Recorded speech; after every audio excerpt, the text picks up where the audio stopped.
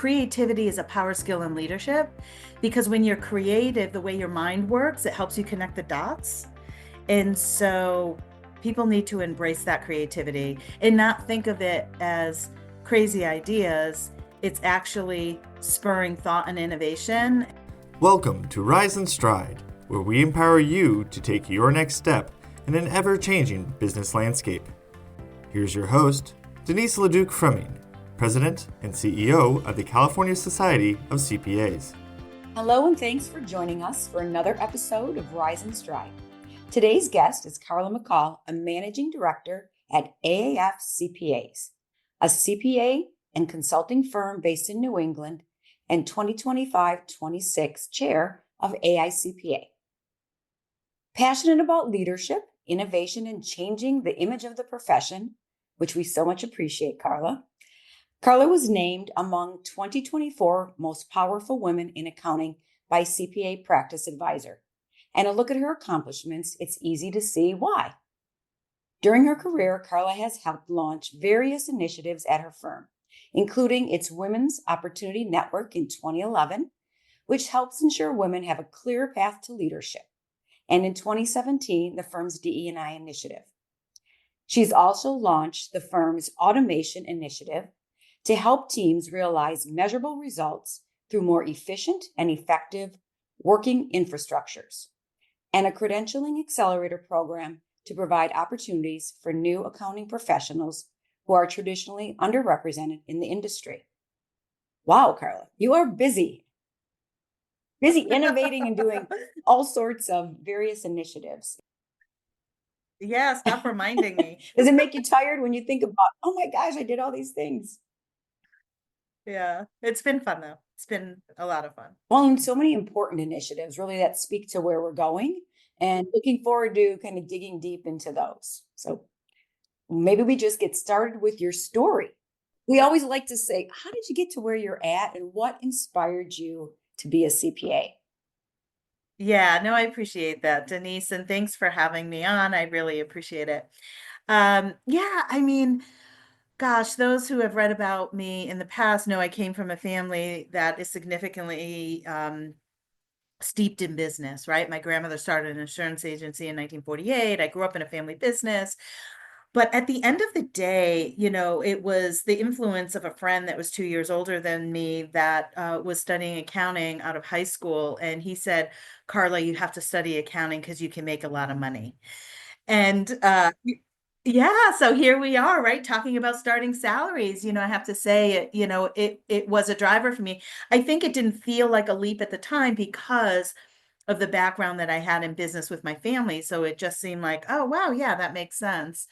And so that's really how I got to apply to business schools, ended up going to Bentley University. And then once I was there, obviously, I knew it was a profession that I was connected to and I was good at. And I, guess the rest is history. Back then, it was almost an expectation that you would get your CPA. So it wasn't an if, it was a when. And we were just all expected to take the exam and get the license. So yeah, so here I am. Yeah, I come from an entrepreneurial family too. So everybody had their own business. So for me, I remember my mom talking about Barb Webb, who was her accountant, her CPA for many years. And I was like, oh, CPA. So it's funny how that just impacts kind of where you go in your direction. Yeah, for sure. In fact, our family lawyer was also a CPA. Oh, And he was very proud of the number of his CPA license in Connecticut.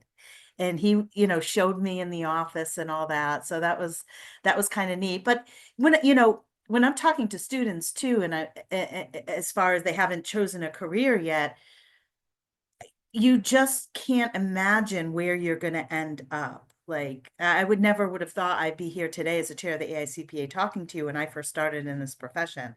So you really have to appreciate the journey. hmm. You know what, on that journey, because we know it's not straight, no, there's a lot of, different paths that you take. What has been some of the challenges or opportunities that you've had? And you don't always know, like, oh, that's how it's going to turn out, like you said. There's got to be defining moments that you've had on your journey. Yeah, I mean, for sure. As far as the challenges, I guess the way and I don't know in the moment, growing up in the profession when I did, women were not represented at all. I think we have made movement, even though the percentages aren't really bearing out significant movement. It is completely different than when I started. And so when I was coming up, when I talk about my challenges, I talk about it in the three B's: bias, balance, boldness. I did face gender bias in this profession. And in the moment, you're not I don't think it was labeled bias back then, quite honestly. It was, you just kind of dealt with things as they came along. And I have learned to advocate and be the voice in the room for others based on my own experience there. The balance was becoming a partner while I was pregnant with my first child, my daughter, and really coming to learn that there is no balance. There's only how you integrate the priorities in your life. And it also becomes a family conversation, a very candid family conversation about each other's goals and support systems and all those things. And so I was able to navigate that, and balance also, or integration, changes over the course of your life. So what is important to you is priorities when you're just out of school is different than when you have your first child, which is different when they're in high school and then college. I mean, it's amazing how it changes. So I think we have to grant ourselves grace along the journey as well. And then the boldness, you know me, I'm very candid and I'm not afraid to speak my mind. And so I've gotten some coaching over the years to learn how to manage that so it wasn't coming across negative, I guess, if that makes sense. It makes sense. Yeah. It because from a woman, sometimes people can, I don't know, it's just taken different at times. So you have to be aware of that. Yeah. Yeah. And so I think it's a strength, and then it can trip you up at the same time. But the self-awareness, if you have people in your inner circle that aren't afraid to give you that candid feedback, I think feedback is a gift and it helps you see blind spots. It can be very helpful. You a couple things I just want to unpack. You said being the voice in the room, and I think a lot of times younger professionals think I'm not a leader. I can't lead, right? I'm not in a leadership position per se. Help maybe them to just understand, and all of us, that voice in the room, how important that is, and how you become that voice that is authentic, but yet it can be um, powerful. Yeah, I mean, when I started here, so I came from a small firm. I came to AAF CPAs 5 years into my career. So I was coming in with experience, which isn't always easy when there's already people there, right?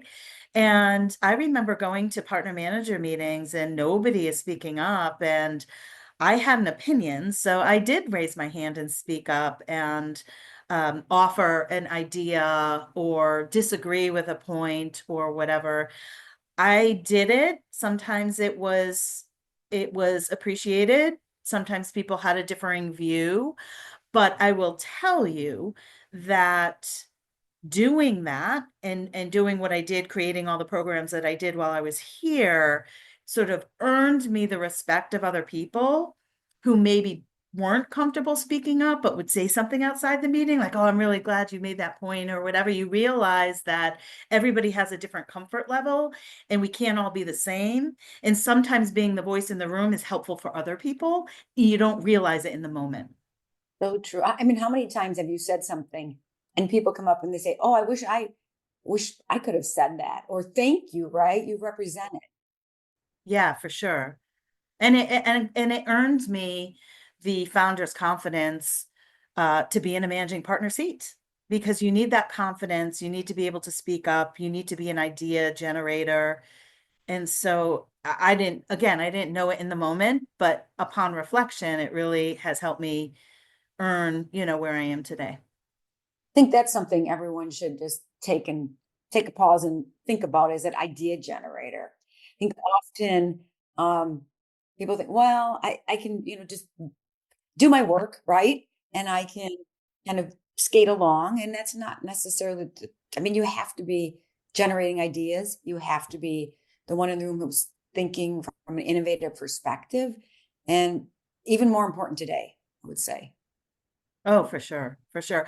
I've always said creativity is a power skill in leadership because when you're creative, the way your mind works, it helps you connect the dots. And so people need to embrace that creativity and not think of it as crazy ideas. It's actually spurring thought and innovation. And I was just blessed to be in this firm where the founder had a view that there's no crazy ideas. We'll try anything once. It's okay to fail. And if you're in that culture, in that environment, that's really where you can thrive. Hmm. That's the best environment to be in. You're lucky Yes. enough, right? Yeah. Especially today with all this change and technology and innovation and doing things a little bit differently is what helps you stand out. So for sure. Yeah. It's kind of embracing that change and that growth mindset that's so important for all of us. I love change, but to others, I am not a person that they want to see some days because I'm thinking, oh, I love this. They're like, get away for about a week. I need some space. So it's yeah, it's important. So I would just say embrace it and sometimes feel uncomfortable, right? Yeah. Yeah, for sure. So you talk a lot about, and when you were at our council meeting, thank you. Your presentation was wonderful. You talk about human first culture, and you really believe in that, and that's critical for your organization, and you feel other organizations too. Can you talk to us a little more about that? Yeah, it's hard to describe, but coming up in this profession, I could never understand why people worked the way that they did, why nobody liked the workplace. It really bothered me because I fell in love with this profession. When I moved to Massachusetts and I was interviewing, I interviewed 5 years in saying, one of the questions I said is, what is the path to partner? I know it sounds crazy only being 5 years in, but I really fell in love with the relationship and building the relationship. And I learned early on, thanks to an amazing managing partner in the first firm I worked for, that this is a relationship business. It's all about trust. So I knew I wanted to be a partner but I wasn't going to work the way that I saw people working. And I really had this desire to improve sort of the environment around me. And so I've always done things a little bit differently. And so I started to um, create programs and policies. When I became a partner, I sort of dubbed myself the partner in charge of staff development, even though that didn't exist, because I saw a disconnect between employees and partners. And I wanted to bridge that gap and make the culture better. And I don't know that it wasn't that the partners didn't want to do it. They just weren't aware, I guess, is the best way to say it. And so I started to be that voice in the room. As a partner, you have a seat at the table to be the voice in the room to change the environment. When I sat in a managing partner seat, I really had the opportunity. What I saw in this profession traditionally is your firm comes first, the clients come second, and individuals come third. And it was taboo to talk about your personal life or anything like that. Like you just didn't do it. And I knew if I could create a culture where it's individuals first, clients second, firm third, if you have happy people, you'll have happy clients. And if you have both of those, growth will follow. I mean, we've just proven out that that is the case. We've enjoyed organic growth since starting those efforts back in 2011 to really shift the culture to be human first. And we've grown organically from 16 to 80 million. We're on track to do 80 million this year. So it works. People and people want to be able to integrate, right? Integrate life and kids and faith and pets and all the things that are important to them. And I don't see why we can't have both, right? And so that's what I set out to do, and I think we've been really successful in that. Well, it sounds like it. I mean, profitability tells it all. And that's what we are, numbers people, right? So it shows. Yeah, and in public account, I mean, you're not anything without your people, right? So I could never understand why we wouldn't put people first. You can't grow if you're not retaining people. So, it's just always so baffling to me, but I think it took some people to think a little bit differently, try different things, take some risk, right? Because it is taking some risk because nobody's done it before, or it's not the way everybody does it. but it works. So when I'm moving around the country as chair of the AICPA, I'm really talking about try things. Let's share with each other what's working, like, and help each other be better. That's really the goal. I think about, we've talked about it too. I think your people are everything in every organization because John Garrett talks about what's your but bringing your whole person to work. How can you separate out and just bring a piece of you? It doesn't allow you to really um, bring everything, and then you aren't as successful. So it's so important. But how do you start the conversation with someone if you're in an organization and let's say you believe in that and others don't? How can you start to say, let's try something? What would be your suggestion to them? Like take a baby step or take a step at least. Yeah, I mean, you have to at least get, some sort of a buy-in, right? Of the vision. You have to paint the vision. You have to be a storyteller a little bit, right? And I think about when we started, when I wanted to have sort of a formal mentoring program, and that was early on as a new partner. And I just built it. And I said, listen, we're going to try this. We're going to roll it out. We're going to see if it makes a difference. We're going to find out whether the staff are more engaged. And so I just built it. I didn't ask for permission. I didn't ask anyone to review it. I just rolled it out. And if you can roll it out and get some early wins, people are like, oh, yeah, that does make a difference. That's good. And that really helps then build trust among leadership. And then, the more you do that, the more you build trust. And then you have to have a really good foundation of trust in order to gain influence. And then once you have influence, you could take more risk because um, you have more collateral, right? You do. Yeah, yeah. That's really important for our young professionals to hear, is building that trust and then the influence piece. Because you can, no matter who you are, you can't ram, I want to say ram and grab. You can't. You have to build influence. Yeah. And honestly, I think that people appreciate it. It's not that people don't want to do it because it doesn't exist. They just either didn't make the connection that it was needed, or they didn't know how to start it, or they don't have the creativity to get it done. And so your willingness to do it shows you care about the company, you care about the culture, you're willing to roll your sleeves up and get things done, you're an idea generator. All of those things are really valuable on your leadership journey. And so, I just encourage everybody to take some risk and try things differently. And, I do think it's that having the conversation about, hey, listen, I want to try this. It might not work, but I think it's worth a shot because of X, Y, or Z, and painting that story about what you think it could do, what is the impact it could have, that helps, get the buy-in too.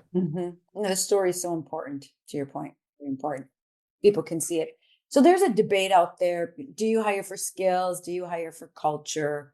What is that? What's your thoughts? And I know you gave a really good example during the council meeting of someone you hired and like pivoting them.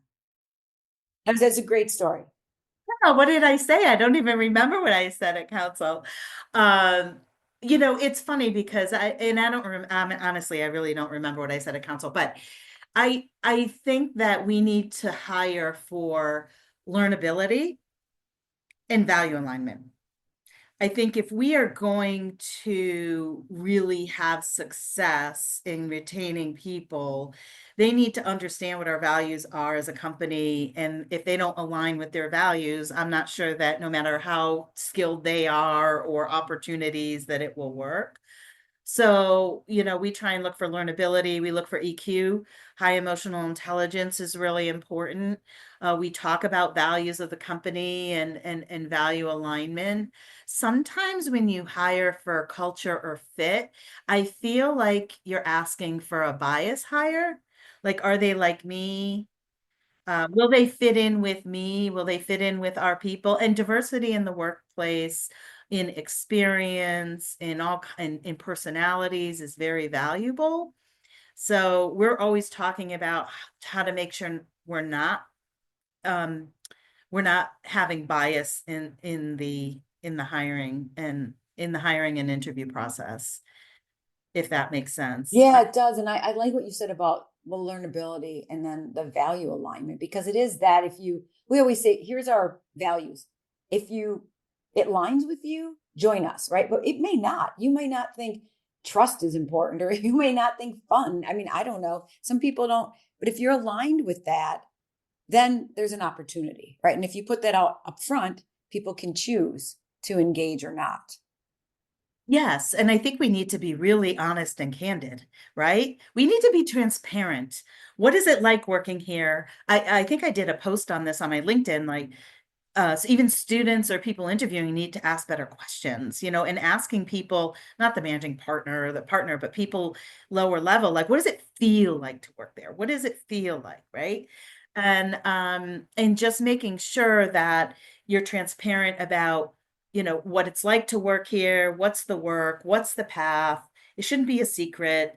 What's the expectation? I think if people have intellectual curiosity and they're aligned on values, I mean, the rest comes together. I don't, I think skills are a given, right? I mean, and you have to make sure that people can apply what they're learning. So when you ask the questions, they really should get to how they've implemented or things that they've come up with or things like that, as opposed to just like looking at a transcript or something like that. No, I like that. It's so needed out there. We're getting there, but we aren't there, total. And the one story, this example you gave, because it was so good. It was someone who was doing one job, I think audit, and then he is that trigger? Yes. Great Yes. story. That wasn't a hiring thing though. So you threw Oh, me. sorry. I didn't Yeah. mean to do that, but it was such a good example. Yeah, no, no, no, no. Now, yeah, so that was when everybody comes into the firm, when I welcome them and I meet with everybody who's new here, no matter where they sit in the firm. I talk about my job as a managing partner is to make sure that you find the work that gives you meaning. And where you start isn't always where you end up. And that's especially true for the new people out of school, right? They think they have to find their dream job on day one. And it's like the journey is so important and you learn so much from your journey. And so we had a 3-year audit person who was an okay auditor. And what I heard in the performance review meeting was, but you know where he really shined was in leading the data snipper project in our audit practice. And he was only 3 years in. I said, well, why isn't he moving into our technology practice? Now, if I wasn't in that room, not everybody has that skill, like I said, to connect the dots, right? And so they were like, oh, yeah, that's a good idea. Let me talk to him. Anyways, fast forward, he moved over to our tech practice and he's now 6 years in, I think. He is writing bots. He's coming up with use cases of AI. He won a national tech award. He's the most sought after person and he is loving what he is doing because he found the work that gave him meaning. And as it would turn out, his dad's a technologist. I mean, I didn't even know that. It's just so important to find that meaning. Yeah. It really is. That was just a great story. So thank you. Thank you for that. And then that helps us segue, honestly, into technology. So when and you too, you had a lot of good information you shared during the council and on technology. And we know technology is changing so fast, AI, everything. Um, how do you kind of make sense of it? And what are your thoughts on how individuals can lean in and be uncomfortable, but keep moving forward? Yeah, I mean, people just have to realize I think it's tone from the top. So leadership has to be the constant mantra, right? We are in this most significant period of change than we ever have been in the history of our profession. We need to be at the leading edge of digital transformation, and we are committed to finding ways to work smarter, not harder. And technology today is giving us the best chance to do that than ever, right?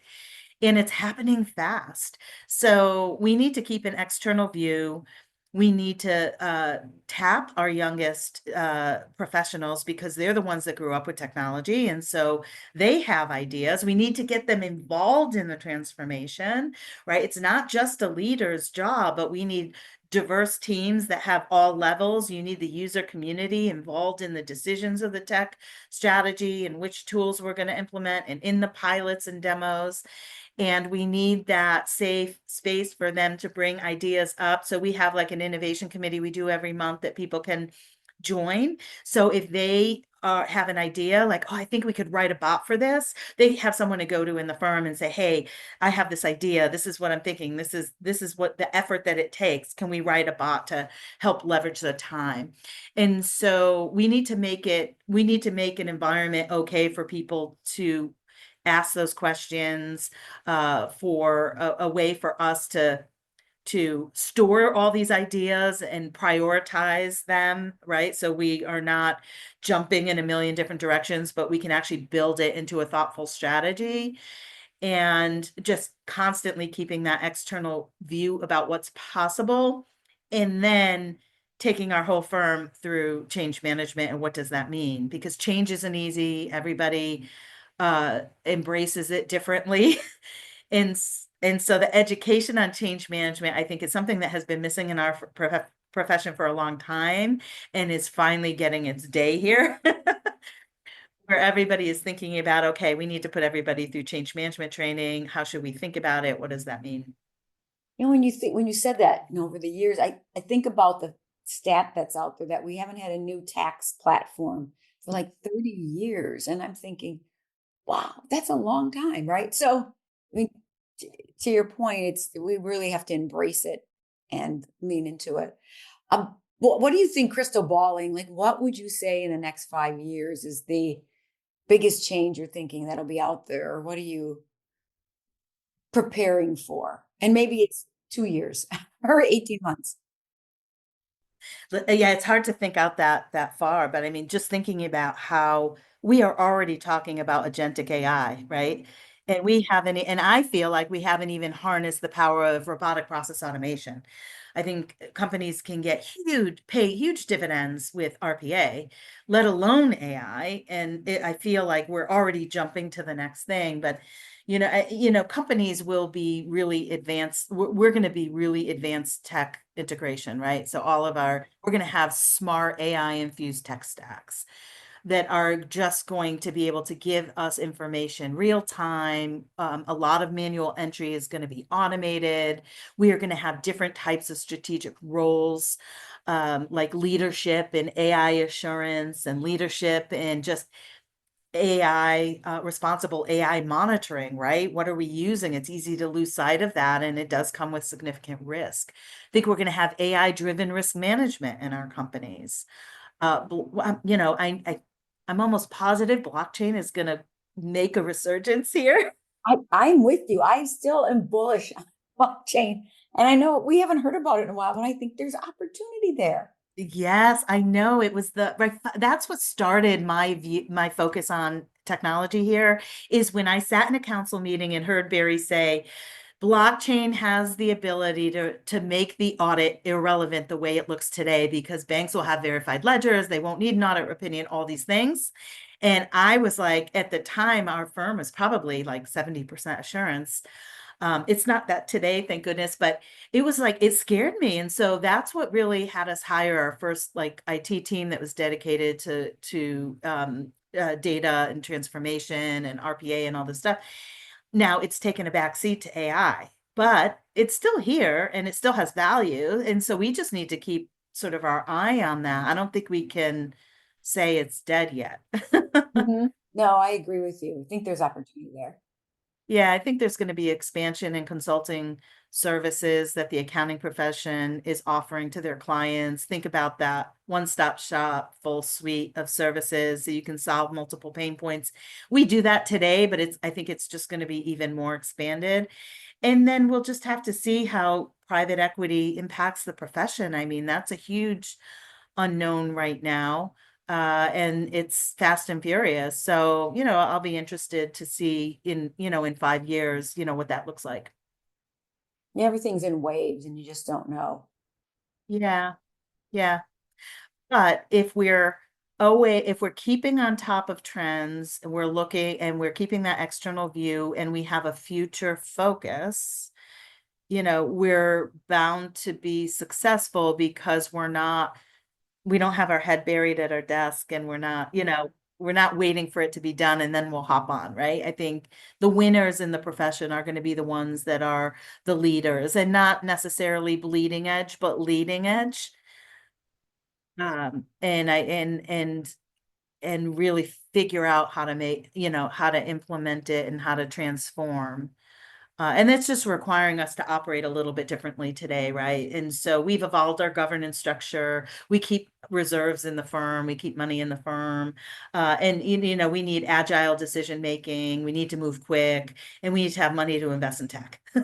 So you need those things. And I don't think historically there has been reserves kept necessarily. I mean, most of it's been paid out. Yeah, I mean, when they talk about the traditional model, that's what they're talking about. All the money comes out, and then when you need to invest in something, you have to go borrow from all the partners. That is just absolute insanity to me. We changed our model, I don't know, 10 years ago. So we haven't done that in a long time. And so I'm just like, gosh, that would be painful to ask people for money, and then you have to sell the idea and all that. That's crazy. Yeah, especially when you need it usually quicker than you can make the, sale of the conversation. It's usually you need it. So Yeah. So if you're a firm that doesn't want to sell up or doesn't want to take outside capital, you have to evolve your governance and you have to think about reserves, have really good projections and forecasts, and manage and monitor. And yeah, and then you can grow. We haven't at least we haven't felt any pain points yet. So that's good. well, you've grown, what did you say, 16 million to 80? Yeah, yeah, Yeah, yeah. that's significant. So kudos to you. Doing Thanks. something. You're doing a lot of things. That's good. I hope so.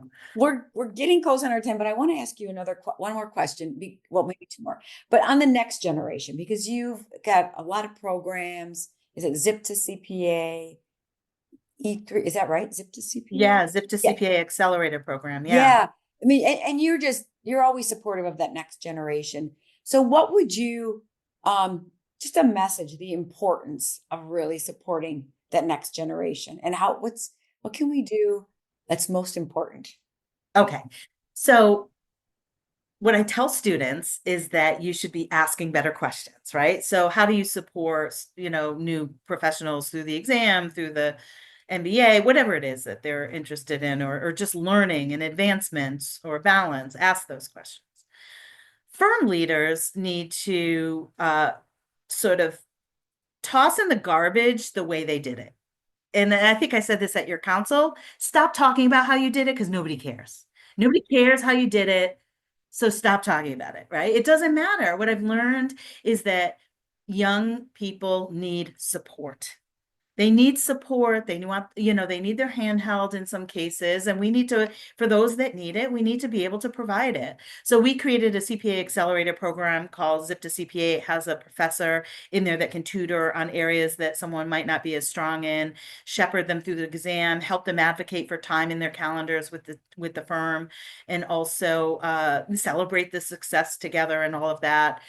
We also do have a subsidized MBA program that we created with a local college that has the courses that we feel are really important for today's accountant, advisor, CPA, communication, agile thinking, data, all of those skill sets.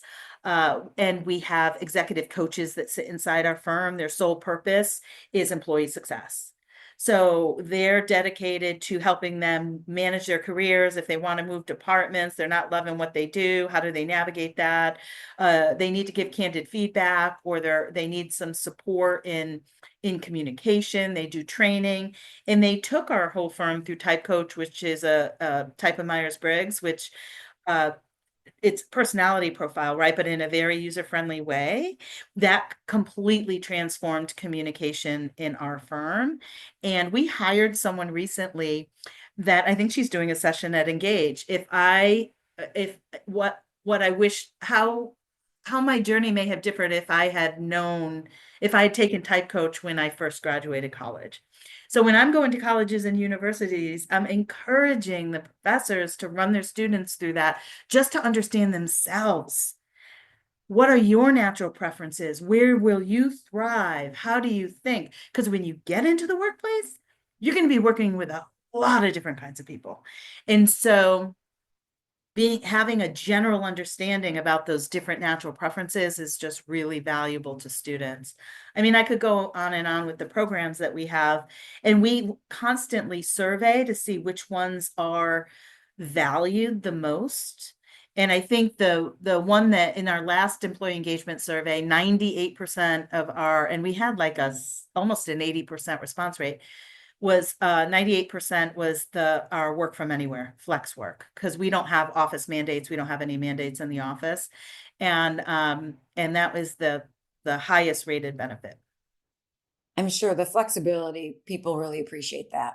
Yes. It comes with personal responsibility, It does. right? Not everybody's cut out for it. And part of that is knowing if it's for you, if you can thrive in that environment or not. So true. So, and before COVID, I think there was more of that, because if you were inclined to that, you could make the case for it and people did it, right? And it worked. But with COVID, everybody did it. And there were some that weren't as inclined, to your point. And I think that was part of the exercise that didn't really go well in all cases. Right.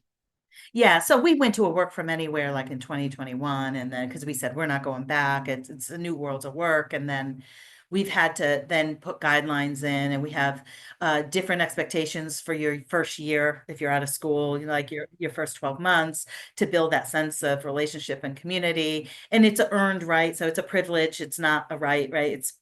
You have to earn it. And then we have guidelines and all that stuff. So it's sort of had its own evolution in our firm. But I feel like we're smart people, and we have some really creative talent, especially one of our director of transformation. She's super innovative and has created these programs to help people learn better in a hybrid environment and connect socially. And there's, we have probably 3 or 4 different types of resources or tools that people can use. It's really been an incredible journey.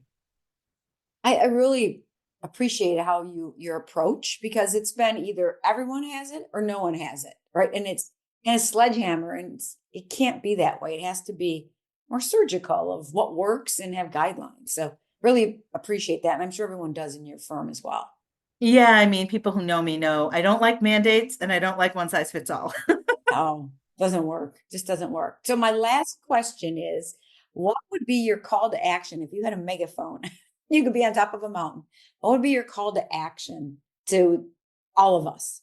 Yeah. So my call to action would be, we really need to think about how we're working. So our goal should always be to work in the, to free up our brains for the work that we were trained for, right? It's the exciting work. It's a problem solving. It's the complex things that we help clients with that gives us the most joy, right? So how do we make sure that we are creating workplaces that allow us to use our brains in highest and best use? That's number one. Number two is really telling a better story about the work that we do and why it's important, and highlight that in some way. We happen to publish like highlight reels of our team members with different stories. We publish case studies of projects that we've done. We talk about the importance of the work and the joy that when people find the work that gives them meaning, it becomes a fabric of your life, and it's exciting. And those are the stories that we need to sort of shout from the rooftops, right? Because we should be promoting that.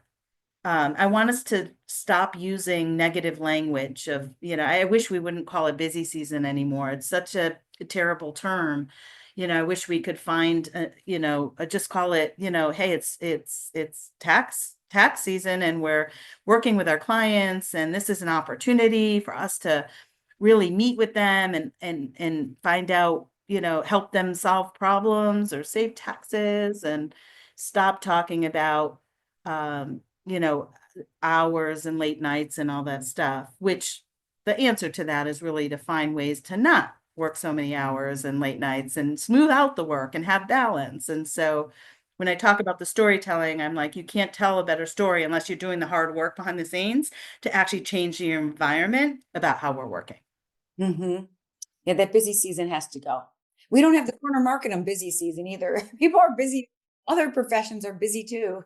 So, Actually, the traditional tax season is not the most busy season in our firm. It's August to November because we have such a large not-for-profit practice. But so yeah, you have different businesses. We have 5 different businesses in the firm, so it's almost like we're going back 20 years in the way it used to be, right? Yeah.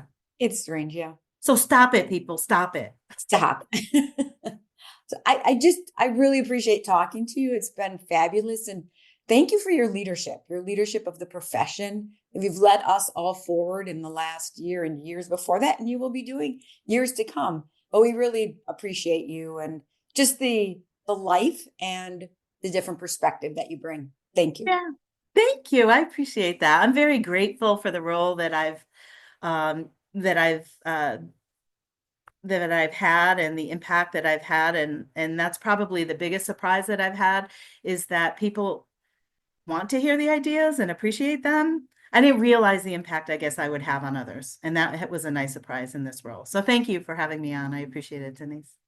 Well, you do, and we will bring you back again for another conversation. And I look forward to seeing you in the next couple weeks, I guess it is, few weeks. Yeah, coming fast and furious, huh? Yes, it is. It is. But thank you. Appreciate your time. Thank you. Take care. Rise and Stride is produced by the California Society of Certified Public Accountants. To learn more, visit calcpa.org.